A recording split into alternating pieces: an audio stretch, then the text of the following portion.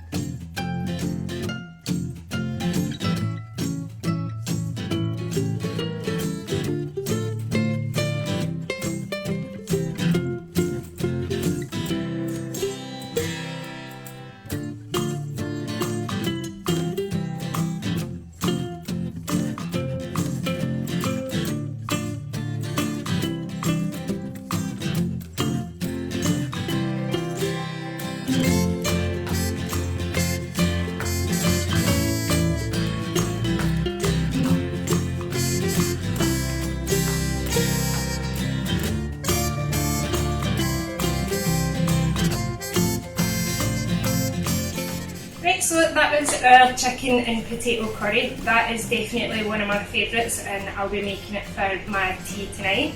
I look forward to seeing how you're making it, if you're adding some other stuff in. I'm going to put some chickpeas in mine, or maybe I'll definitely put some more curry powder in it, but no, let me see how you've done it.